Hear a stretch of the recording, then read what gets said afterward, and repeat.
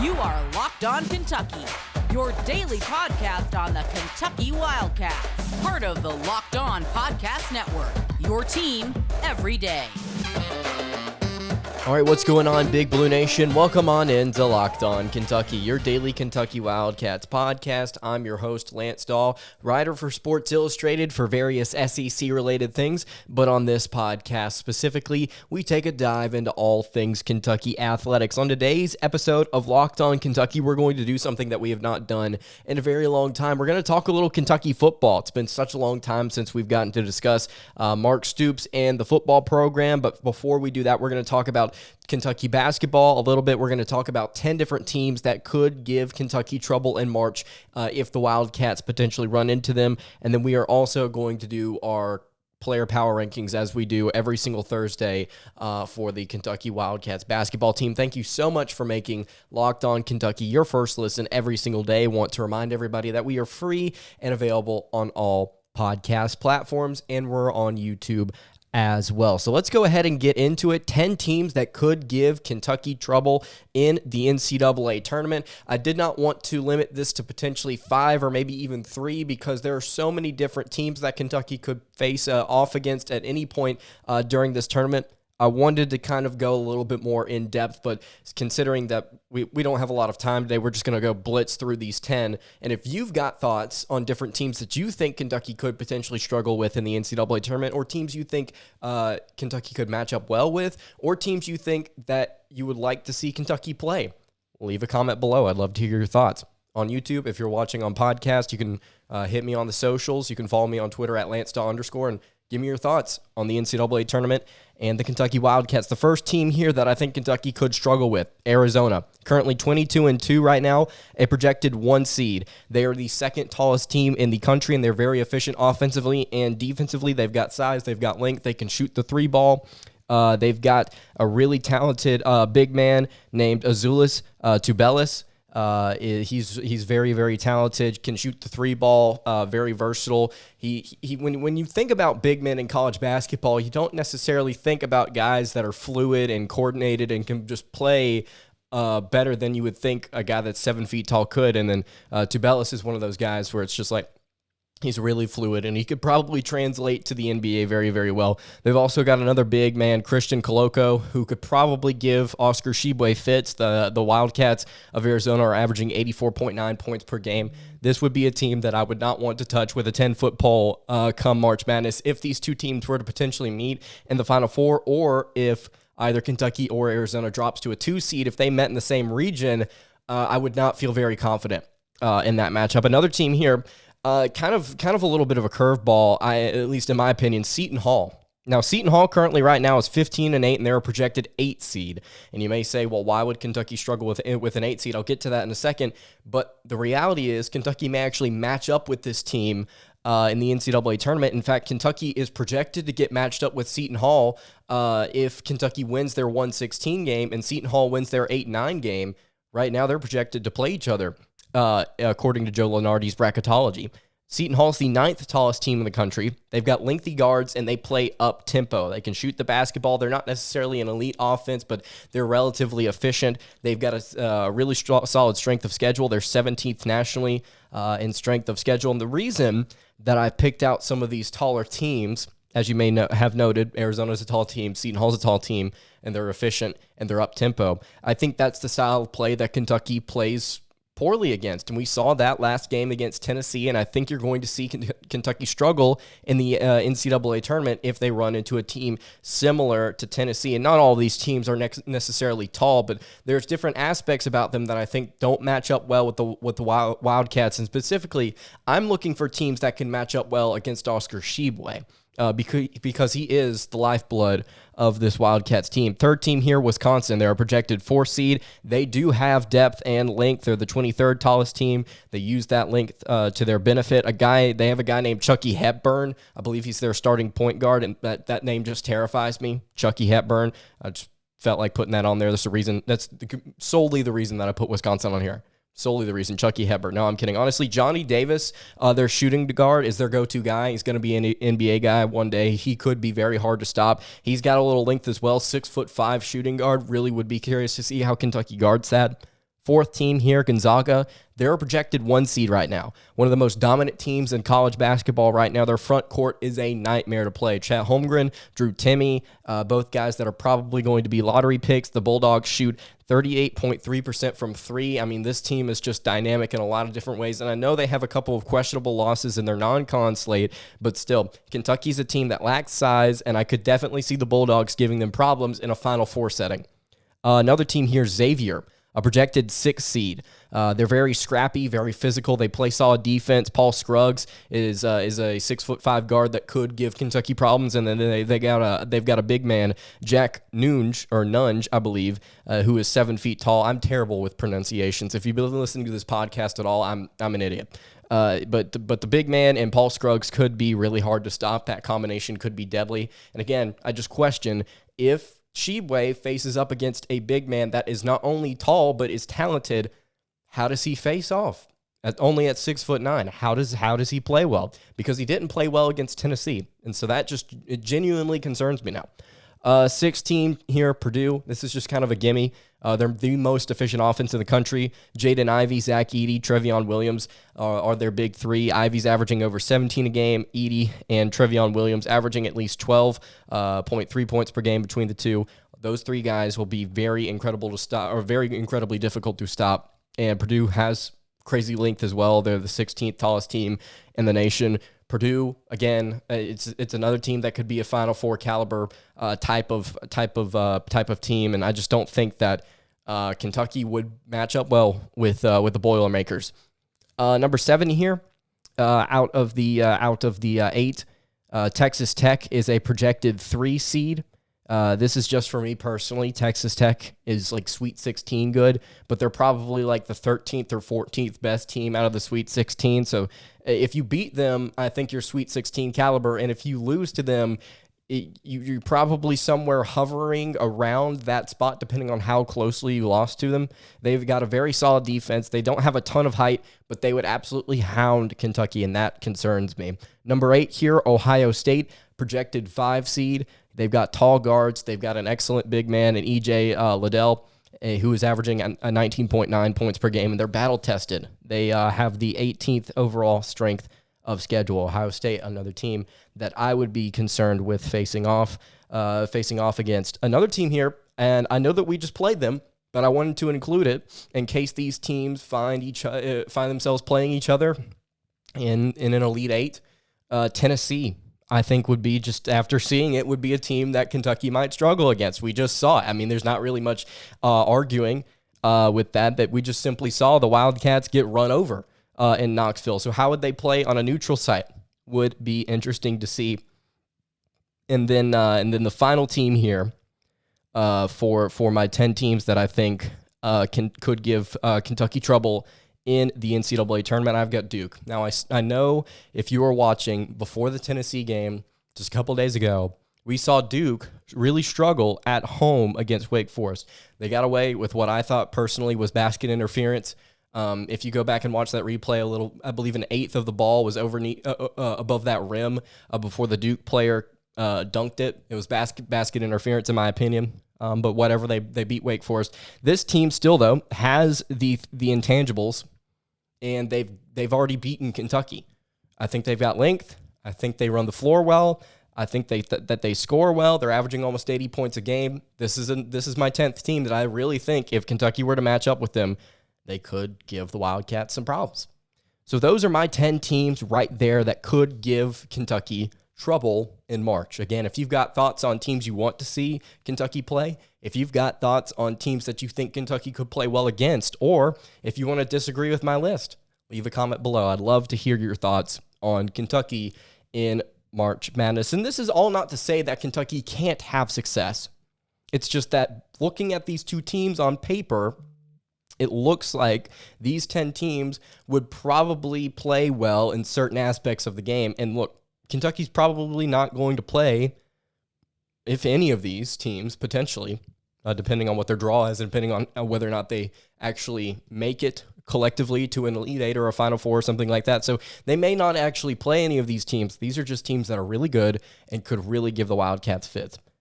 In a second, we are going to talk about Kentucky football and Will Levis.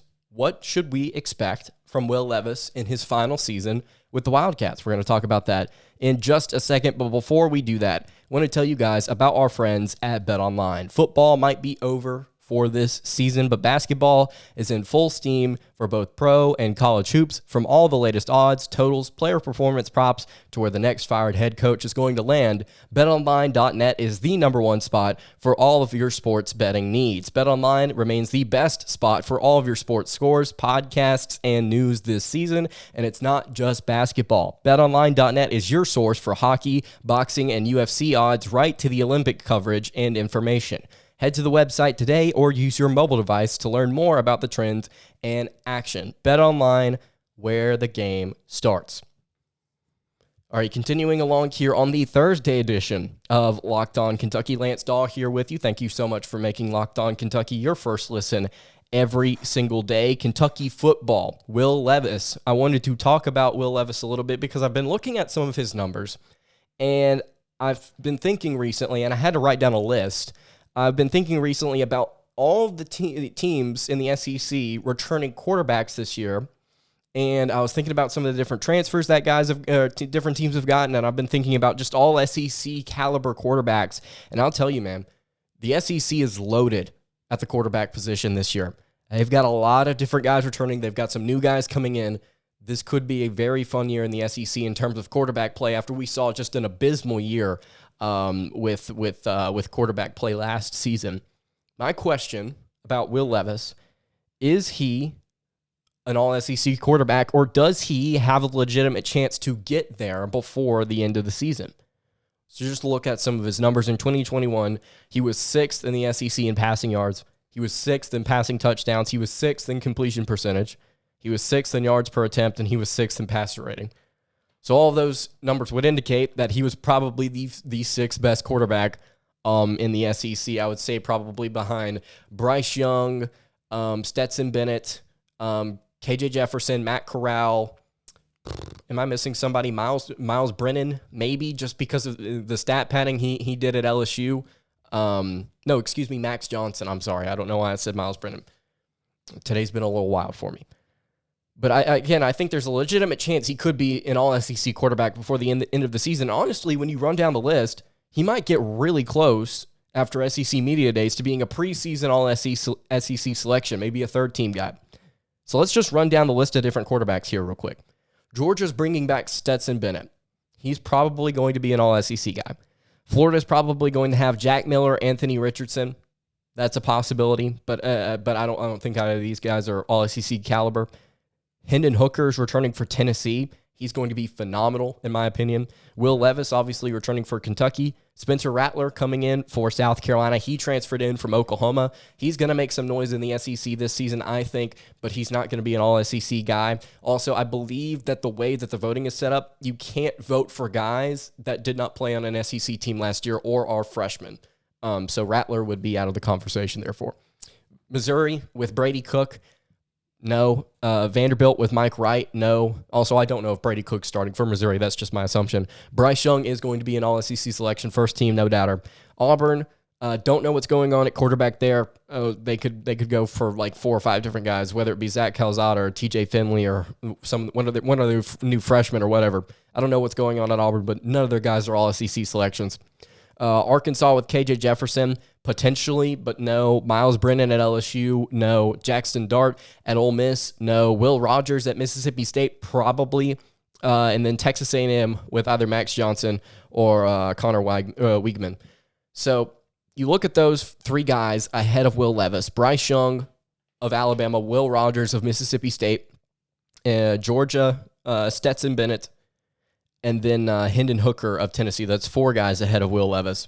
So I don't know if he's necessarily going to be a preseason all-SEC selection, but I can definitely see Will Rogers not necessarily regressing, but not necessarily progressing to the point where he could be voted as one of those guys. Bryce Young is going to do what he's going to do. He's going to be a first-teamer. So it comes down to, can Will Levis jump above Stetson Bennett and Hendon Hooker statistically, or maybe in some of the things that he does in the schedule? I'll say this, getting Georgia at home this season for the Wildcats is huge, because if they can win that game and Will Levis has a good season, that almost, in my mind, guarantees an all-SEC selection spot over Bennett if Kentucky goes 10-2 and Stetson Bennett has a year like he had last year where he threw like only 24 touchdowns or something like that.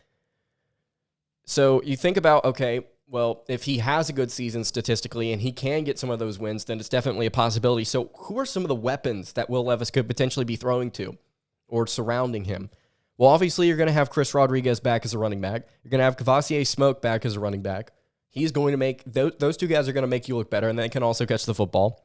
Then you're going to have a couple wide receiver transfers. There's not a lot of depth, or at least there didn't appear to be a lot of depth in this wide receiver room until Kentucky hit the transfer portal, and now they've got a couple of guys that could possibly start for them, which will allow some of their younger guys that they now have to kind of blend in and kind of get some minimal reps and kind of learn the system and kind of progress properly. But you've got Tavion Robinson from Virginia Tech. You've got Javon Baker from Alabama. And then you've got a freshman, Barian Brown. DeMarcus Harris is a senior, I believe. Dane Key, who's a freshman. And then Chris Lewis, who is a freshman. Those are probably going to be the receivers Levis is throwing to. I'm very confident in Tavion Robinson's ability to become not necessarily a Wan'Dale Robinson type of guy, but I think he's going to carry the load for this team. And then Javon Baker, obviously, anytime you can get an Alabama transfer, that's fantastic. I'm really excited about his skill set as well. And then the two tight ends, Keaton Upshaw and Brandon Bates, Isaiah Cummings as well. You can throw him in there. So you've got weapons. Like, you've definitely got weapons. And then offensive line has not really been a concern for the Wildcats over the past 2 or 3 seasons, but they do need a new left tackle. It could be Keonta Goodwin. And they need a new right tackle as well. But other than that, the interior of the offensive line is going to be fine. So you've got your interior, you need new tackles, and you've got weapons. I genuinely believe that once you combine all of those things and potentially a win at home against Georgia, I think you could see an all-SEC season for Will Levis. I just wanted to talk about the quarterbacks in the SEC and Will Levis and his projections because I think it's going to be a very fun year for college football in the Southeastern Conference, and I think that Will Levis is going to be one of the bright spots in terms of quarterback play. All right, so let's go ahead and get into the player power rankings here for the Kentucky Wildcats basketball team, and then we'll wrap things up. So obviously things statistically have not been going fantastically for the Wildcats over the past couple of games. Obviously the loss to Tennessee definitely hampered that. And then the game against South Carolina and the game against Florida weren't particularly like crazy impressive. I mean, you beat South Carolina by 10 and you beat Florida. You beat the brakes off Florida, but still, there wasn't necessarily a lot of like impressive, like standout performances outside of Oscar Tshiebwe's 27-point game against Florida, in my opinion. Y'all may disagree with that. That's okay. But the 3 players here on the power rankings will go from third to first. Kellen Grady is my third guy.